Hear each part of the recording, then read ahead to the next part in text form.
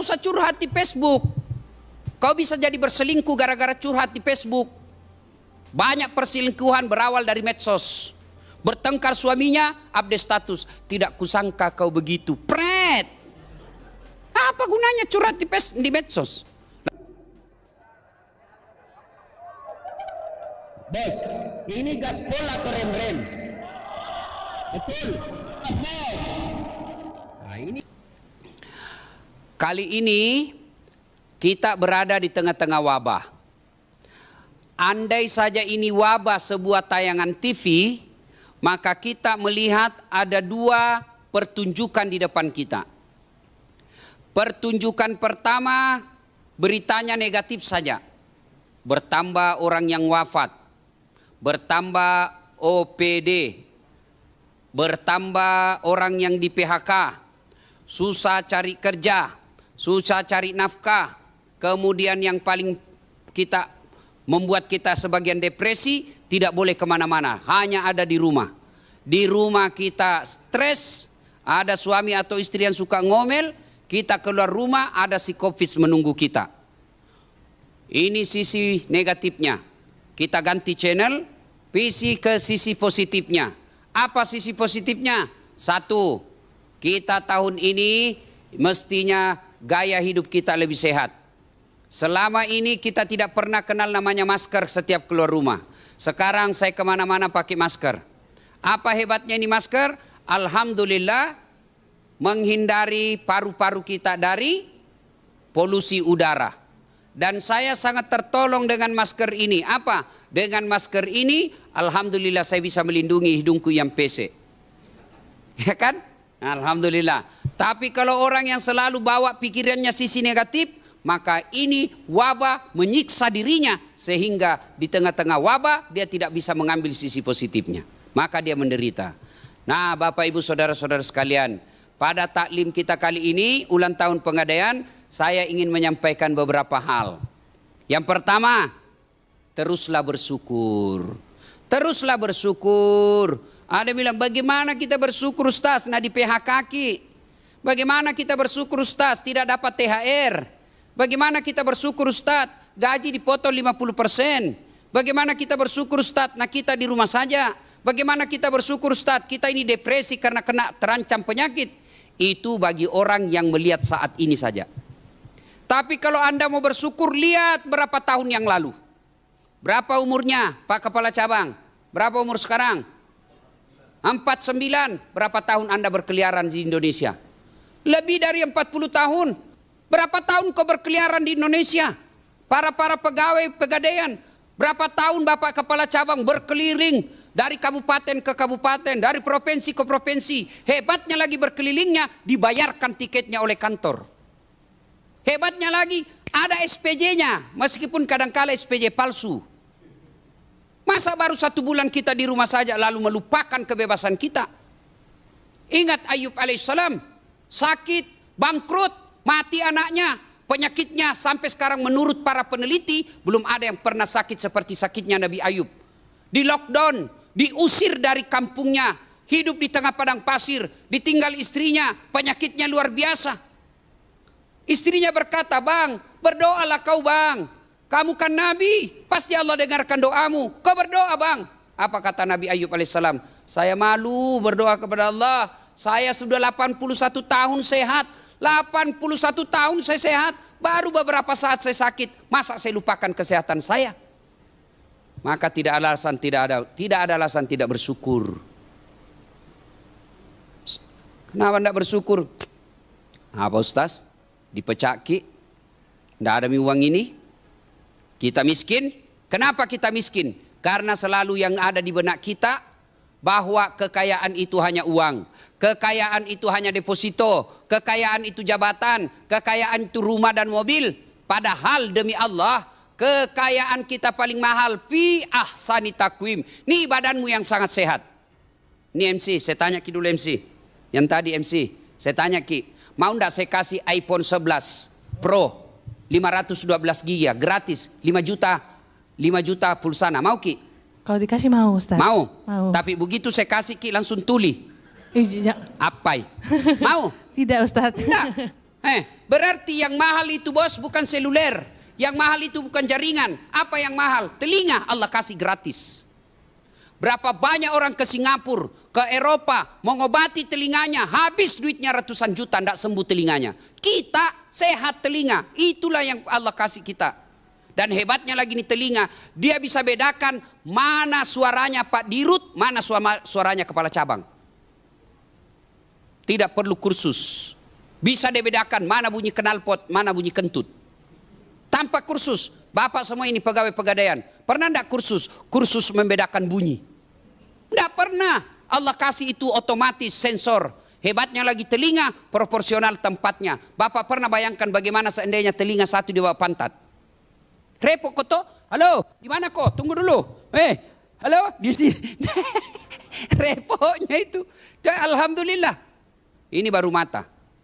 Ayo, Pak Ridwan Bone, kutanya ki dulu Pak Ustaz. Mau ki saya kasih mobil gratis, Land Cruiser. Mau. Tapi begitu saya kasih ki, langsung lumpuh, tidak bisa gerak. Mau di apa mobil kalau kita sudah lumpuh, tidak bisa kemana-mana. Artinya alat transportasi yang mahal bukan oto, bukan mobil, tapi apa yang mahal? Kaki Allah kasih kita gratis. Berapa banyak orang jadi kaya gara-gara kakinya yang sehat. Siapa? Lionel Messi, Ronaldo, siapa lagi itu? Neymar. Itu gara-gara kaki. Coba kalau kakinya tidak bisa bengkok lututnya. Tidak bisa dia main bola. Maka kita bersyukur. Saya lagi praktikum ceramah di kampus. Saya dosen public speaking di Unhas. Final testnya itu praktek pidato. Lagi pidato ada mahasiswi saya cewek. Kaget saya. Kenapa? Ada kawat-kawat di giginya. Wih, biasanya itu pagar jadi kawat di kampungku. Ini giginya anak kawat. Kau pakai siko dulu dek. Apa itu di giginu? Nah bilang ini behel namanya Ustaz. Oh, mahal itu dek. Nah bilang 20 juta ini. Kaget saya 1 kali umroh. 1 kali umroh nah simpan saja di giginya. Saya bilang sini kau dulu dek. Kau kira itu behelmu mahal? Biar kau mau pasang behel harga 100 juta. Kalau tidak ada giginu, apa mau kawat kalau tidak ada gigimu? Ayo, hebatnya lagi di gigi Pak. Ini gigi, mulai Bapak tumbuh gigi, sampai sekarang umur 50 tahun, 45 tahun, dibatasi tumbuhnya itu gigi.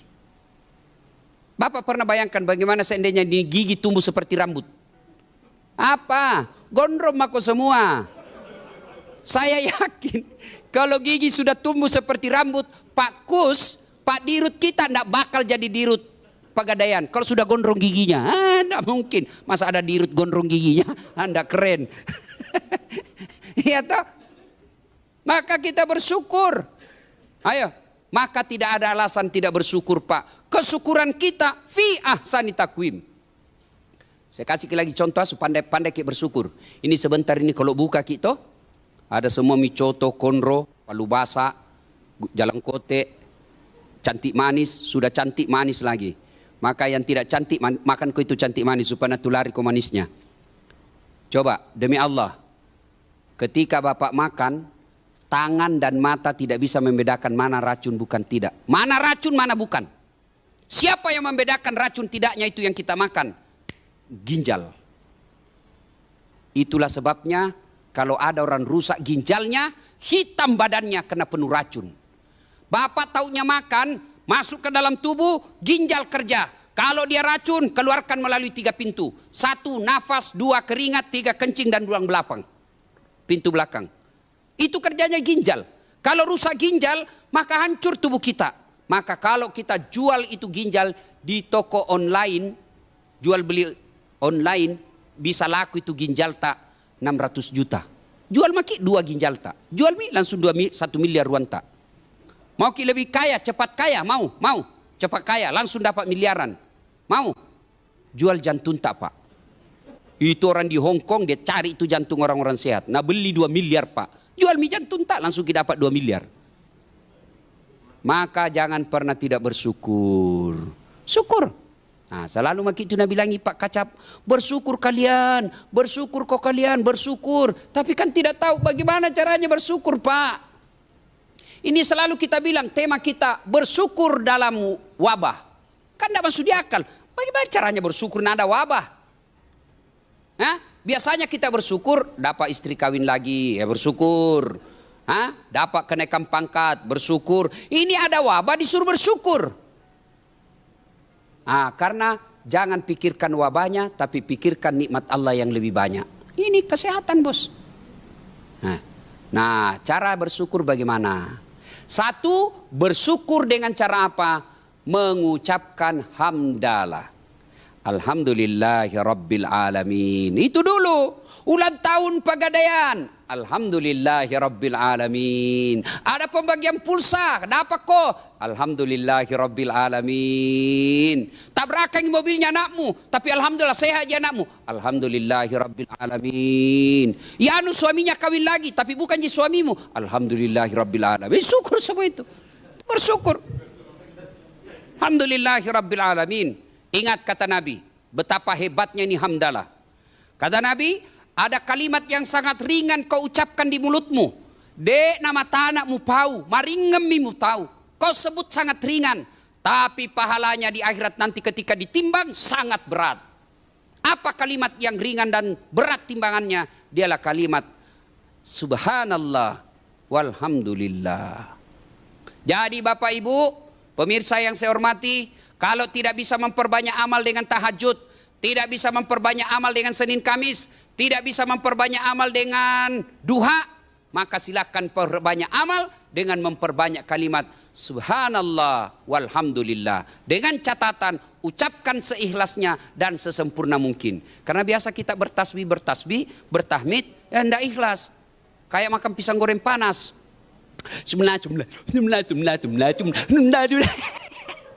Beleng-beleng. Apa itu dong? Kasih baik sahai. Nabi orang Bugis, sisa kau mapigau deceng, pigau isi decena. Sekali kau melakukan kebaikan, lakukan dengan sempurna. Kan ku sudah terlanjur kau lakukan, maka lakukan dengan sebaik-baiknya. Kita lagi di depan pintu nih. Security nih ceritanya. Berdiri. Mau dapat pahala yang banyak? Ucapkan terus Subhanallah walhamdulillah wala ilaha illallah wallahu akbar. Atau cukup 2 kalimat itu. Subhanallah, alhamdulillah, subhanallah, alhamdulillah. Sambil berdiri dapat gaji tiap bulan, dapat pahala sepanjang dia berdiri. Tiba-tiba ada nasabah masuk pakai sepatu yang tinggi, roknya sempit, pakai motor, jatuh. Kelihatan pahanya. Dapat dosa atau pahala? Tergantung apa kau ucapkan, bos. Kelihatan pahanya, subhanallah, dapat kau pahala. Karena kau memuji Allah, subhanallah, maha suci Allah yang telah menciptakan yang putih itu. Kita puji Allah, itu dapat pahala. Sudah itu paling kedip mata, palingkan pandangan, astagfirullah. Dapat kau pahala. Nabi bilang orang Bugis dan lemak galendrong. Batasnya kedip, palingkan pandangan. Ya, tapi jangan istighfar matamu melotot. Astagfirullah, astagfirullah. Itu apa? Totoai namanya itu, bos. 1, perbanyak kalimat hamdalah, alhamdulillahi Rabbil Alamin. Yang kedua, sujud syukur. Tidak ada salahnya, bahkan ini ada kemuliaan. Nanti Pak Kepala Cabang selesai buka, sholat maghrib dengan jaga jarak masing-masing. Lalu dipimpin sama Ustadz Ridwan Bone. Beliau katakan, mari sebagai rasa syukur kita kepada Allah, ya, berikan izin kita ini ulang tahun ke-119. Saya mengajak kepada Bapak Ibu sekalian untuk bareng-bareng sujud syukur. Allahu Akbar, sujud bareng-bareng, sujud syukur. Apa diucapkan? Boleh kalimat Bapak, boleh dengan kalimat seperti yang saya ucapkan. Ya Allah, terimalah sujud hamba ini. Terimalah sujud kami ini sebagai tanda terima kasih atas nikmat yang kau berikan kepada kami, sehingga Pegadaian bisa ulang tahun ke-119 atas nikmat dan pertolonganmu lah, sehingga perusahaan kami ini, tempat kami bekerja ini bisa eksis sampai sekarang. Sujud syukur. Udah, ini namanya hamdalah, kemudian memperbanyak sujud syukur. Yang berikutnya lagi, bertafakkur. Apa itu bertafakkur? Bahasa di kantor evaluasi, menimbang diri, periksa diri. Ayo, ini kita Pegadaian 119, kita kerja di sini. Bagaimana cara bersyukurnya? Periksa dirimu, periksa. Saya sudah 4 tahun kerja di sini. Apa prestasi yang telah saya ukir? Saya sudah 17 tahun bekerja di Pegadaian. Apa yang telah saya ukir dengan sebaik-baiknya selama 17 tahun ini? Jangan sampai 17 tahun tidak makan gaji dari negara. 17 tahun dikasih promosi oleh negara. Tapi tidak pernah karya terbaik selama 17 tahun. Anda termasuk tidak bersyukur. Bersyukur dengan cara apa? Satu, lakukan dengan sebaik-baiknya. Namanya bertafakur. Evaluasi, periksa diri kita. Saya ini kepala cabang, berapa banyak orang jadi kepala cabang, tapi Allah pilih saya. Apa yang telah saya lakukan untuk cabang Makassar? Itu namanya bersyukur. Oh, ternyata di sini Makassar ini banyak ini yang tidak disiplin masuk kerja. Nah, ayo, sebagai wujud syukur, mulai besok harus disiplin. Jam 7.30 harus masuk. Supaya anak buah saya mencontoh saya masuk jam 7.15. Itu cara bersyukur. Maka saudara-saudaraku, yang menjadi pegawai Pegadaian, bersyukurlah kepada Allah dengan cara memperbanyak lazimkan hamdalah, sujud syukur, dan yang lebih penting gunakan waktu dan ilmu untuk memajukan kantor kita ini. Berapa banyak orang daftar di perusahaan ini tapi tidak diterima. Berapa banyak orang mau kerja di tempat ini tapi tidak diterima. Allah memilih kalian semua untuk mengabdi Pegadaian ini, maka kerjakan dengan sebaik-baiknya. Jangan sampai waktu luang Bapak Ibu pergunakan pakai main game. Jangan sampai waktu luang Bapak Ibu hanya gunakan untuk gosip. Jangan sampai satu kantor yang ada dalam kantor kita dengki saja. Orang Bugis bilang seriati. Jangan. Sebagai wujud syukur kita, ayo tingkatkan prestasi yang baik. Dan ini orang bisa berprestasi yang baik dengan kerja kalau dia bekerja bukan karena cari gaji, bukan karena cari muka, bukan karena apa-apa, tapi dia cari nafkah karena Allah Ta'ala. Kalau Bapak kerja hanya cari muka sama kepala cabang, begitu ada kepala cabang, baik betul kerjanya Bapak. Siap Pak, aman dan terkenal. Siap Pak, siap. Tidak laku itu bos. Kalau Anda kerja hanya cari muka sama pimpinan, begitu ada pimpinan baik. Tapi begitu Bapak kerja salah dan dimaki sama pimpinan, Bapak akan stres.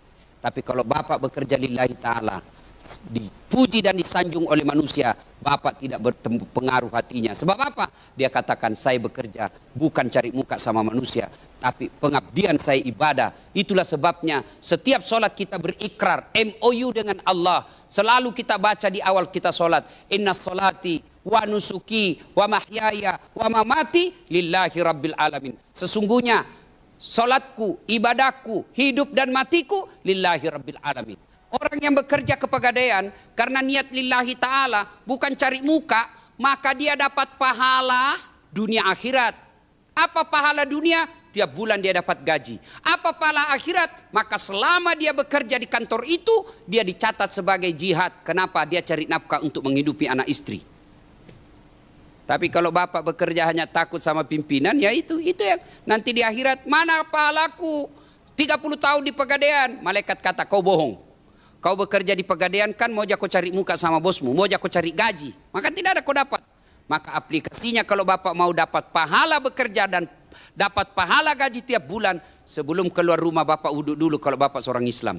Tutup auratnya kalau dia muslimah. Kemudian keluar rumah dia berdoa dulu. Inna salati wa nusuki wa mahyaya wa mamati lillahi rabbil alamin. Lalu dia berdiri, dia baca doa. Bismillahi tawakkaltu ala Allahi la haula wa la quwata illa billah. Melangkah kaki kanannya dulu. Maka sepanjang jalannya orang seperti ini, nulisnya adalah ibadah, ngantrinya di kantor adalah ibadah, naik liftnya adalah ibadah. Kenapa? Dia sudah berikrar, tanda tangan MU. Inna salati wa nusuki wa mahyaya wa mamati lillahi rabbil alamin. Semua dia lakukan karena Allah. Tiba-tiba di jalan, nahadang ki preman. Dia tarik kita punya tas jamret. Dia kaku tarik. Dia tinju kita juga tinju. Kita dapat. Kita tinju juga. Tuhan, kenapa jatuh? Nah pelan-pelan ji. Ternyata usut punya usut. Bisulah nak kena. Ya, nah ibu bapak saudara-saudara sekalian, ini bentuk ketiga kita bersyukur, evaluasi diri. Saya pegawai Pegadaian 15 tahun. Apa prestasi yang saya lakukan? Harus ada prestasi yang kita tinggalkan sebelum pensiun. Nah, misal kepala cabang, ada dia tinggalkan sebelum dia tinggalkan. Misal kalau dia muslim, ayo saudara-saudara sekalian, ini di kantor ini kita perlu musalla yang cantik. Ayo, setujukah saudara-saudara sekalian, gaji tiap bulan kita potong untuk memperbaharui musola kita menjadi lebih baik. Begitu Bapak pensiun, ada peninggalan Bapak. Saudara-saudara sekalian, kantor ini parkir kita tidak baik. Bagaimana kalau kita sempurnakan parkir kita ini menjadi lebih nyaman? Ya, sediakah saudara-saudara dipotong gajinya ketika sedia? Parkir Bapak dinikmati oleh setiap yang datang. Selama parkir itu digunakan, selama itu Bapak dapat amal jariah, meskipun Bapak sudah jadi arwah. Ini yang namanya pandai bersyukur. Dia ahli IT, dia cari cara bagaimana supaya ini aplikasi yang dia pelajari selama dia kuliah bisa dia terapkan di kantornya. Itu ada prestasi. Tapi kalau Bapak pendengki, tidak bisa maju itu kantor. Kenapa bisa dipromosi itu? Nah, dia baru 3 tahun kerja, saya sudah 7 tahun tidak pernah dipromosi. Betul, ini 3 tahun dipromosi, tapi kan otaknya Pentium 4. Cepat loading. Bapak 7 tahun otaknya Pentium 1, lambat loading. Iya Pak, maksudnya Pak. Disuruh bikin surat, sudah Pak, mana? Tinggal di print, belum sudah namanya itu dong. Karena itu pegawai belem-belem begitu. Yang ketawa, serius kah ini? Tidak enak didengar, saya suruh kondang.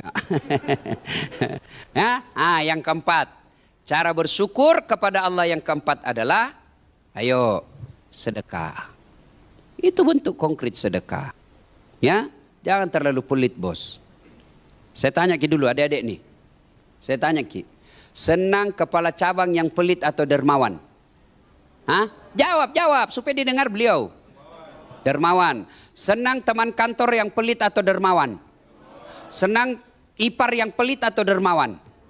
Senang mertua yang pelit atau dermawan? Demi Allah, tidak ada orang suka orang pelit.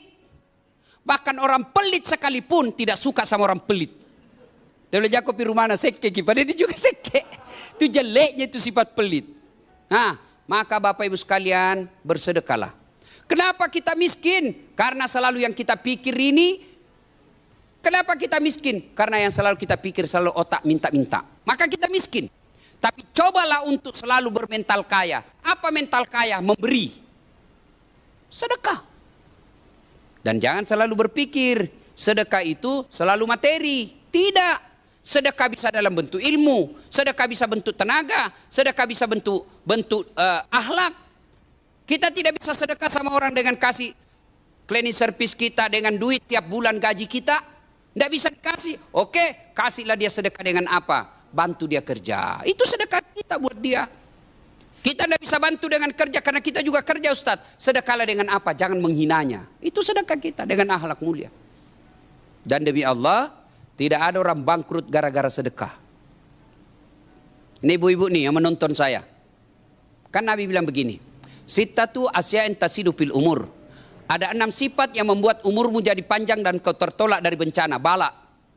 6 kata Nabi. 1 diantaranya as-sadaqatu, bersedekahlah kalian. Contoh. Ibu-ibu nih, ibu-ibu yang ada di rumah atau di mana saja Anda menyaksikan. Suami Anda mulai ada kelainan. Terima handphone, SMS dalam kamar mandi, HP dikasih password. Ciri-ciri itu sudah 99% ada kelainan. Nggak usah curhat. Nggak usah curhat di Facebook. Kau bisa jadi berselingkuh gara-gara curhat di Facebook. Banyak perselingkuhan berawal dari medsos. Bertengkar suaminya, update status. Tidak kusangka kau begitu. Pret. Apa gunanya curhat di medsos? Langsung disleding teman SMA-nya dulu yang menjadi pacar-pacarnya. Boleh juga tuh diganti. Mulai. Ya. Daripada ibu curhat sama orang lain, mending curhat kepada Allah. Bangun sholat tengah malam, bangun sholat hajat, minta pertolongan kepada Allah. Ya Allah, Engkau yang membolak-balikkan rasa cinta dalam hati suamiku. Engkau yang menatipkan rasa sayang dalam hati suamiku. Palingkan hatinya kepadaku. Buat dia sengsara perasaannya kalau dia tidak lihat saya 1 jam. Lalu bernasar, berjanji, ya Allah, ini ada duit saya 1 juta. Tolak bala ya Allah, saya bawa ke panti asuhan 1 juta tolak bala. Mudah-mudahan suamiku tertolak dari wanita jahat. Selesai. Coba, Coba jangan jadi masalah kalau suaminya juga bangun sholat tahajud di kamar lain. Ya Allah, capek sudah saya lihat istri saya, ya Allah. Ngamu aja kerjanya, ya Allah. Ada uang tidak ada uang, ngamu saja. Terlalu, ini berat badannya juga selalu naik Tuhan, ya Allah. Ya Allah, ini ada uang saya 1 juta, tolak bala ya Allah. Saya bawa besok ke panti asuhan. Mudah-mudahan 1 juta ini istriku ikhlas kawin lagi. Bingung malaikat, yang mana ini doa diterima? Ibu bapak saudara-saudara sekalian, kalau ada penyakit termasuk wabah ini, selain kita cuci tangan, selain kemana-mana pakai masker, selain kita jaga imunitas tubuh, selain kita jaga jarak, selain kita harus di rumah saja, ada satu cara terapi agama untuk menghindari wabah. Apa itu? As-sadaqatu, bersedekah. Coba amalkan. Saya banyak pengalaman hidup saya soal sedekah. Banyak sekali. Jadi saya kalau mulai susah saya punya dompet, saya ambil gaya orang kaya. Apa gaya orang kaya? Sedekah. Cari orang miskin. Cari. Kasih sedekah. Lalu minta doakan. Itu kalau orang, coba adik-adik nih. Coba kalau yang peminta-minta di jalan. Tapi jangan juga yang sehat. Karena itu membiasakan dia malas. Ya, maksudnya kita lihat memang dia sebenarnya sudah sangat tidak bisa kerja. Kita bantu. Kita kasih 100.000, itu keluar doanya itu 5-10 menit. Biasa akal sehat bilang kan, apa kau berdoa, anak dirimu saja kau doakan supaya berhenti kau miskin. Itu logika. Tapi agama bukan sekedar logika. 100.000 kasih fakir miskin, senang betul. Dan dia catat itu plat mobilnya Pak. Tapi kalau kita kasih kepala cabang 100.000 karena cari muka, 100.000 tidak ada artinya bos. Maka daripada Bapak nyogok pejabat, daripada sedekah kepada orang kaya, mending cari orang miskin. Doa, minta didoakan supaya tolak bala. Sedekah. Dan di depan pintu surga kelak, Nabi menceritakan ada 4 jenis manusia bertengkar masing-masing mau nomor 1 ke dalam surga. Siapa mereka? 1, orang kaya yang pemurah. 2, orang yang mati syahid. 3, alim ulama. 4, haji mabrur. Bertengkar di depan pintu surga. Kenapa dia bertengkar? Karena masing-masing mau masuk ke dalam surga nomor 1. Minta maaf, sebentar cerita dek, sebentar cerita. Nggak enak saya kalau ceramah lagi ada yang cerita. Sebentar ya, terganggu konsentrasi saya. Ya, sebentar Pi, pulang Pak, biar mau cerita sampai pagi. Nah, bertengkar 4 manusia ini. Orang haji mau masuk, ditarik sama orang kaya. Saya lebih berhak. Orang kaya mau masuk, ditarik sama orang mati syahid. Saya lebih berhak dari kalian. Orang yang mati syahid mau masuk ditarik sama ulama. Bertengkar. Turun malaikat Jibril. Periksa. Tersangka pertama. Maju. Kenapa kau merasa berhak nomor 1 masuk surga? Jibril. Saya dulu haji mabrur. Bukan haji kajili-jili. Setelah haji. Semua sifat-sifat jelek saya tanggalkan. Katanya haji yang mabrur. Nomor 1 masuk surga. Katanya. Ditanya. Siapa kasih tahu kau? Ustadz. Kalau begitu sama. Mundur. Tidak boleh kau lumbai ustadzmu. Masa kau melumbai gurumu? Mundur kau. Mundur. Panggil orang kedua. Kamu kenapa merasa nomor 1 masuk surga? Jibril.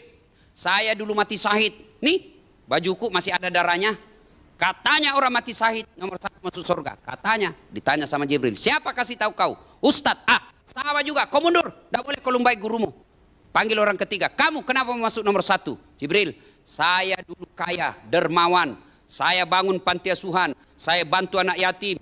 Hartaku bukan cuma saya nikmati, tapi orang lain ikut menikmati. Katanya orang kaya yang pemurah, nomor 1 masuk surga. Siapa kasih tahu kau? Ustadz. Sama kalau begitu. Mundur semua. Mundur. Panggil orang keempat. Kamu, kenapa nomor 1 masuk ke dalam surga? Jibril. Saya yang dicerita tadi ini. Saya ini Ustadz. Saya Ustadz Dasat. Oh, kau Ustadz. Masuk mau kepala. Jalan. Begitu mau masuk pintu surga saya istighfar. Astagfirullah. Katain orang 3. Kenapa kau lagi talekang? Bahasa Makassar. Kenapa kau talekang? Begini. Jibril. Betul saya beritahu mereka. Betul saya informasikan mereka. Tapi saya jadi ustadz karena ada orang kaya yang pemurah. Ada orang kaya belikan saya duit untuk beli buku. Saya jadi ustadz karena ada orang kaya bangun masjid tempat saya dakwah. Saya jadi ustadz karena ada orang kaya bangun sekolah tempat saya menuntut ilmu. Saya jadi ustadz ini gara-gara jasa-jasanya orang kaya pemurah. Saya malu mendahului orang kaya pemurah karena dialah yang berjasa dalam hidupku. Akhirnya disepakati orang kaya yang pemurah nomor 1 masuk dalam surga. Orang kaya yang pemurah. Tapi orang kaya yang pelit, dia bilang orang di sini seke, kikirigan lapak kujam batang. Nomor 1 kau juga masuk. Mama, kemana? Ke neraka. Silakan pilih.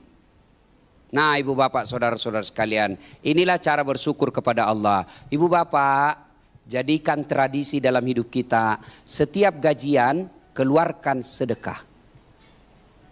Setiap gajian keluarkan sedekah.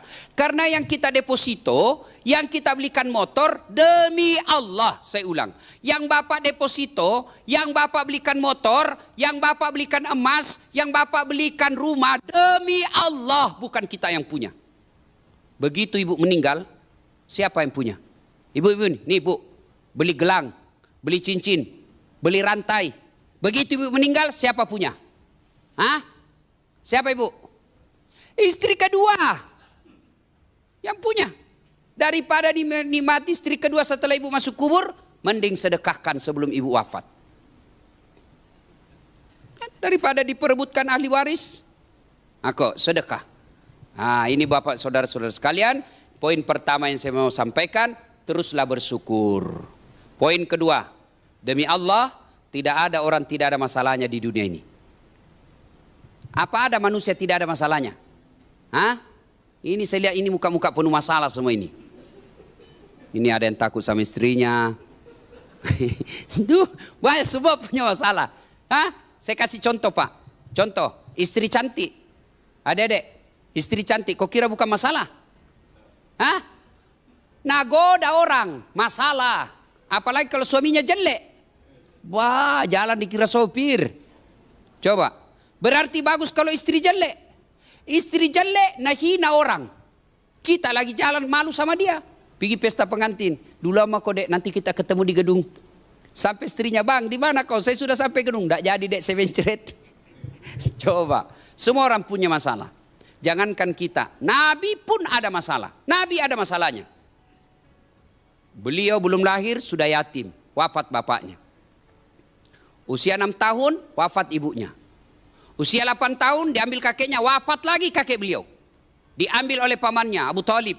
Ikut perang, 12 tahun sudah mulai perang. Dagang bukan dagang antar kabupaten. Bukan dagang di rumahnya orang datang membeli. Tidak, datangnya dari Mekah ke Syam.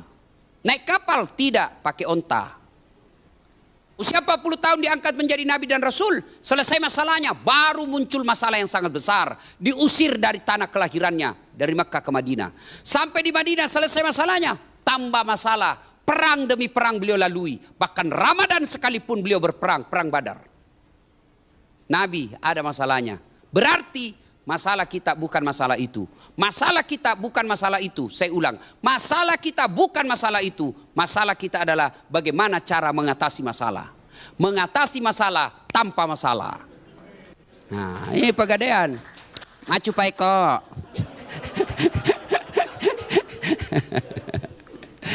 Nah, berarti semua orang punya masalah. Saya tanya dulu bos. Ini adik-adik nih. Sebelum sarjana apa masalah? Mau sarjana. Sudah sarjana selesai masalah? Mau jadi pegawai. Oke, diterima di Pegadaian. Sudah pegawai di Pegadaian selesai masalahnya? Tidak, mau jadi kepala bagian. Sudah jadi kepala bagian selesai masalahnya? Tidak, mau jadi kepala cabang. Sudah jadi kepala cabang selesai masalahnya? Belum, mau lagi berkarya di pusat. Sudah di situ selesai masalahnya? Terancam pensiun. Stres, mau orang pensiun. Waktu kuliah mau sarjana. Sudah sarjana selesai masalahnya mau jadi pegawai negeri di kantor wali kota. Sudah jadi kantor wali kota jadi pegawai, mau jadi kepala bagian, mau jadi kepala dinas. Sudah kepala dinas selesai masalahnya, mau jadi sekda. Sudah jadi sekda selesai masalahnya, mau jadi wali kota. Sudah jadi wali kota selesai masalahnya, mau 2 periode. Sudah 2 periode selesai masalahnya, ditangkap KPK. Tidak ada orang tidak ada masalahnya. Ustadz, saya, Bapak pikir tidak ada masalah? Wow, banyak Pak, ditipu sama jamaah. Berapa jam sampai di sana? 2 jam saja. Begitu sudah naik, kenapa 2 jam? Sudah 3 jam ini tidak ada tanda-tanda sampai. Bapak bilang cuma 2 jam. Sebenarnya ini Ustadz 3 jam. 3 jam. Sebenarnya ini Ustadz 9 jam. Bapak bilang cuma 2 jam. Kenapa bilang 9 jam? Dia bilang, karena kalau saya bilang 2 jam, Ustaz pasti tidak mau datang. Tapi ini kan 9 jam. Iya, minta maaf Pak Ustaz. Ustaz juga ditipu. Semua orang punya masalah. Berarti masalah kita adalah bagaimana cara mengatasi masalah. Nabi ketika ada masalah beliau takarruf ilallah, mendekatkan diri kepada Allah Subhanahu wa taala. Nabi ketika ada persoalannya, beliau mendekatkan diri kepada Allah dengan cara apa? Ista'inu bis-sabri was-shalah. Sabar, perbaiki solat. Solat disempurnakan. Nah, karena waktu terbatas, saya masuk poin ketiga. Poin ketiga, Ramadan ini 10 malam terakhir ada yang disebut Lailatul Qadar. Lailam, malam, qadar ada 2 pengertian. Pertama pengertiannya adalah mulia, yang kedua pengertiannya adalah penentuan. Lailatul Qadar malam kemuliaan. Lailatul Qadar malam penentuan. Apa ditentukan? Jodoh. Ini adik-adik yang masih jomblo fisabilillah. Sudah jangan kau terlalu tinggi targetmu bela. Sudah kerja, jangan aku cari ini cewek tuh mau yang cari yang gagah, mau yang kaya, bagus agamanya, kemudian keturunan baik-baik. 10 cowok belum tentu ada setengah. Ini kau juga cowok. Jangan aku cari yang sudah cantik, keturunan baik-baik, agamanya bagus, kemudian kaya. Kalau ada 10, ada kau dapat 1 di situ, tunjukkan nggak? Saya juga masih mau. Kan yang banyak sudah cantik, miskin. Ada lagi kaya, akhlaknya lagi hancur. Kan susah cari jodoh yang baik. Maka pada malam Lailatul Qadar ini, terutama kita yang sudah 29 umur, 30 kan dekat maghrib itu. Jadi jantung mah kosota. Ya, sudahlah. Bangun memohon kepada Allah. Ya Allah, ada laki-laki suka saya. Sebenarnya itu tidak selera saya ya Allah. Tapi kalau ini jodohku ya Allah, berikan saya keikhlasan untuk menerimanya. Karena saya tahu Engkau memberiku yang terbaik. Mintalah kepada Allah. Bapak-bapak mau pindah dari sini karena merasa saya mau dekat dengan keluarga. Tidak usah cari muka sama manusia, capek cari muka. Cari muka sama manusia Pak. 10 nasuruki kerja, 9 salah, 1 yang cocok. 9 cocok, 1 salah, yang 1 na persoalkan, yang 1, 9 na lupa. Capek kan cari muka sama manusia. Tapi kalau bapak cari muka kepada Allah, bangun sepertiga di akhir malam, minta pertolongan kepada Allah, insya Allah. Allah jelaskan, saya malu tidak mengabulkan doanya orang yang bangun sholat tengah malam meminta kepadaku. Minta kepada Allah.